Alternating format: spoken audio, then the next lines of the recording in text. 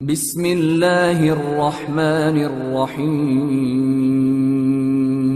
شروع اللہ کا نام لے کر جو بڑا مہربان نہایت رحم والا ہے۔ سب تعریف اللہ ہی کے لیے ہے جو سب چیزوں کا مالک ہے، یعنی وہ کہ جو کچھ آسمانوں میں ہے اور جو کچھ زمین میں ہے سب اسی کا ہے، اور آخرت میں بھی اسی کی تعریف ہے، اور وہ حکمت والا ہے، خبردار ہے۔ جو کچھ زمین میں داخل ہوتا ہے اور جو اس میں سے نکلتا ہے، اور جو آسمان سے اترتا ہے اور جو اس پر چڑھتا ہے، سب اس کو معلوم ہے، اور وہ مہربان ہے، بخشنے والا ہے۔ اور کافر کہتے ہیں کہ قیامت کی گھڑی ہم پر نہیں آئے گی۔ کہہ دو کیوں نہیں آئے گی؟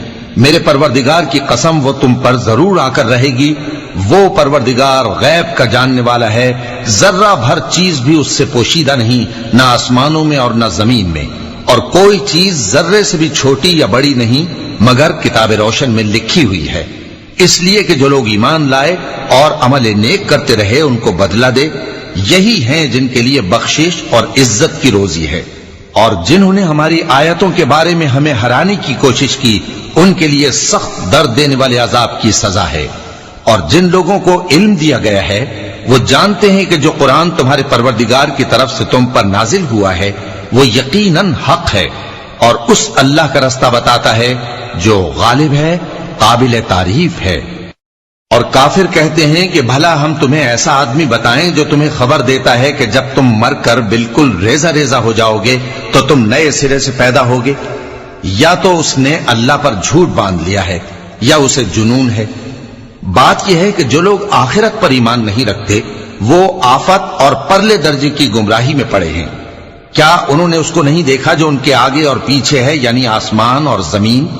اگر ہم چاہیں تو ان کو زمین میں دھسا دیں یا ان پر آسمان کے ٹکڑے گرا دیں، اس میں ہر بندے کے لیے جو رجوع کرنے والا ہے ایک نشانی ہے۔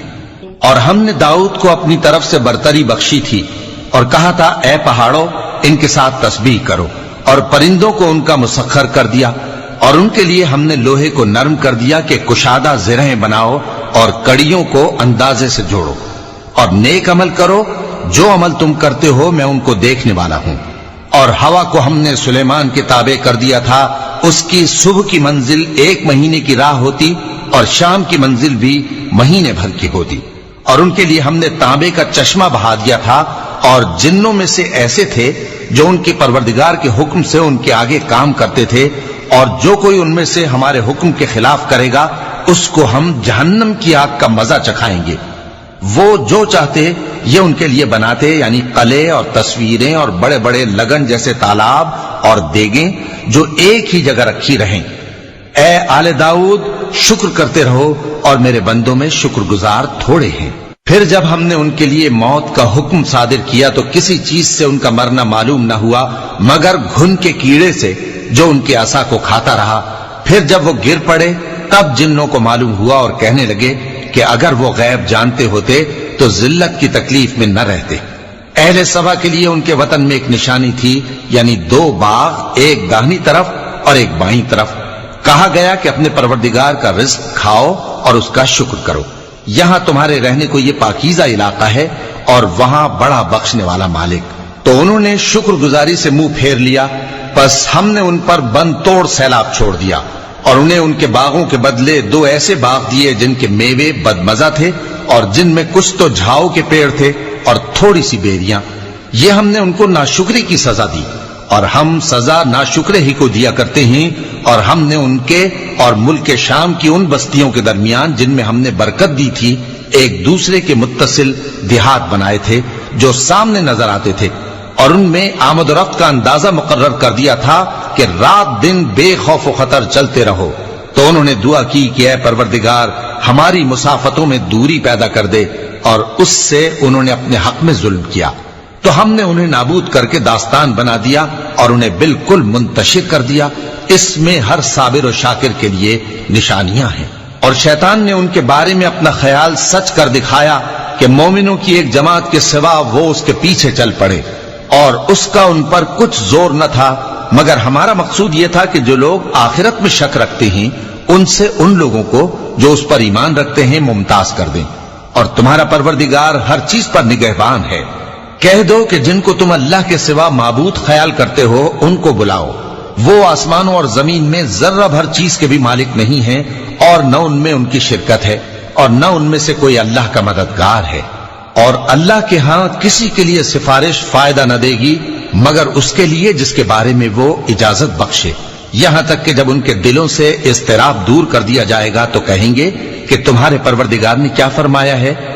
فرشتے کہیں گے کہ حق فرمایا ہے، اور وہ عالی رتبہ ہے، گرامی قدر ہے۔ پوچھو کہ تم کو آسمانوں اور زمین سے کون رزق دیتا ہے؟ کہو کہ اللہ، اور ہم یا تم یا تو سیدھے رستے پر ہیں یا کھلم کھلا گمراہی میں۔ کہہ دو کہ نہ ہمارے گناہوں کی تم سے پرسش ہوگی اور نہ تمہارے اعمال کی ہم سے پرسش ہوگی۔ کہہ دو کہ ہمارا پروردگار ہم کو جمع کرے گا، پھر ہمارے درمیان انصاف کے ساتھ فیصلہ کر دے گا، اور وہ خوب فیصلہ کرنے والا ہے، صاحب علم ہے۔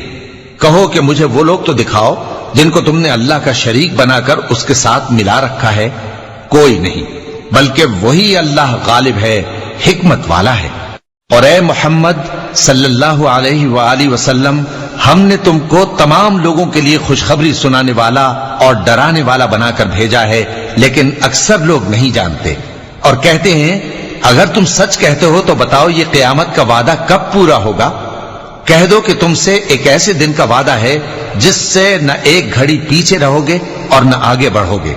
اور جو کافر ہیں وہ کہتے ہیں کہ ہم نہ تو اس قرآن کو مانیں گے اور نہ ان کتابوں کو جو اس سے پہلے کی ہیں، اور کاش ان ظالموں کو تم اس وقت دیکھو جب یہ اپنے پروردگار کے سامنے کھڑے ہوں گے اور ایک دوسرے پر الزام دھر رہے ہوں گے۔ جو لوگ کمزور سمجھے جاتے تھے وہ بڑے لوگوں سے کہیں گے کہ اگر تم نہ ہوتے تو ہم ضرور ایمان لے آتے۔ جو لوگ بڑے بن بیٹھے تھے وہ کمزوروں سے کہیں گے کہ بھلا ہم نے تم کو ہدایت سے جب وہ تمہارے پاس آ چکی تھی روکا تھا؟ نہیں، بلکہ تم ہی گناہ گار تھے۔ اور کمزور لوگ ان بڑے لوگوں سے کہیں گے نہیں، بلکہ تمہاری رات دن کی چالوں نے ہمیں روک رکھا تھا جب تم ہم سے کہتے تھے کہ ہم اللہ سے کفر کریں اور اس کا شریک بنائیں۔ اور جب وہ عذاب کو دیکھیں گے تو دل میں پشیمان ہوں گے، اور ہم کافروں کی گردنوں میں توق ڈال دیں گے۔ بس جو اعمال وہ کرتے تھے انہی کا ان کو بدلہ ملے گا۔ اور ہم نے جس بستی میں بھی کوئی ڈرانے والا بھیجا تو وہاں کے خوشحال لوگوں نے یہ ضرور کہا کہ تم لوگ جو چیز دے کر بھیجے گئے ہو ہم اس کو نہیں ماننے کے، اور یہ بھی کہنے لگے کہ ہم بہت سا مال اور اولاد رکھتے ہیں اور ہم کو عذاب نہیں ہوگا۔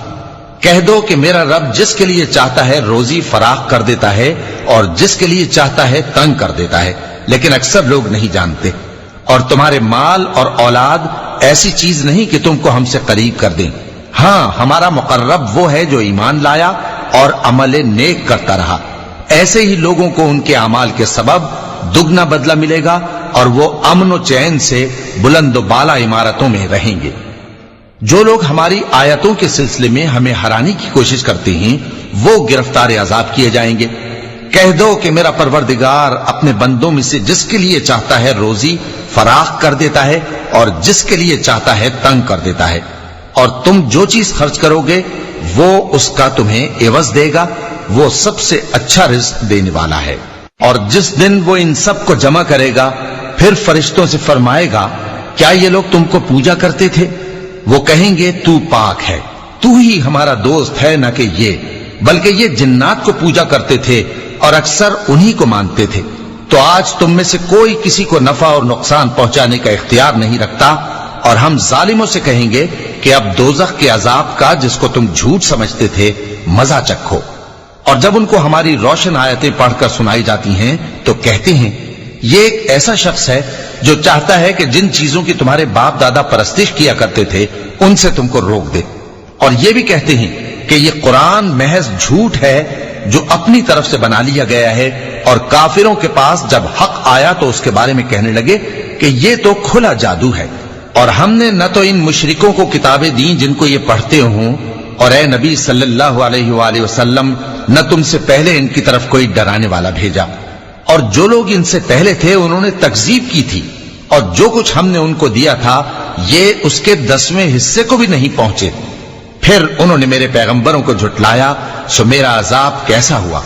کہہ دو کہ میں تمہیں صرف ایک بات کی نصیحت کرتا ہوں کہ تم اللہ کے لیے دو دو اور اکیلے اکیلے کھڑے ہو جاؤ، پھر غور کرو تمہارے رفیق یعنی اس نبی صلی اللہ علیہ وآلہ وسلم کو کسی طرح کا جنون نہیں، یہ تو تم کو سخت عذاب کے آنے سے پہلے ڈرانے والے ہیں۔ کہہ دو کہ میں نے تم سے کچھ صلہ مانگا ہو تو وہ تمہارا، میرا صلہ اللہ ہی کے ذمے ہے اور وہ ہر چیز سے خبردار ہے۔ کہہ دو کہ میرا پروردگار اوپر سے حق ہی نازل کرتا ہے اور وہ غیب کی باتوں کا جاننے والا ہے۔ کہہ دو کہ حق آ چکا اور باطل نہ تو پہلے کچھ کر سکتا ہے اور نہ دوبارہ کچھ کرے گا۔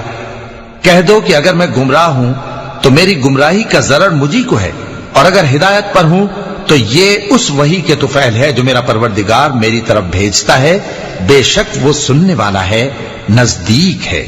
اور کاش تم دیکھو جب یہ گھبرا جائیں گے تو عذاب سے بچ نہیں سکیں گے اور نزدیک ہی سے پکڑ لیے جائیں گے اور کہیں گے کہ ہم اس پر ایمان لے آئے، اور اب اتنی دور سے ان کا ہاتھ ایمان کے لینے کو کیسے پہنچ سکتا ہے، جبکہ پہلے تو اس کا انکار کرتے رہے اور بن دیکھے دور ہی سے اٹکل کے تیر چلاتے رہے، اور ان میں اور ان کی خواہشوں میں پردہ حائل کر دیا گیا، جیسا کہ پہلے ان کے ہم جنسوں سے کیا گیا، وہ بھی الجھن میں ڈالنے والے شک میں پڑے ہوئے تھے۔ صدق اللہ العظیم۔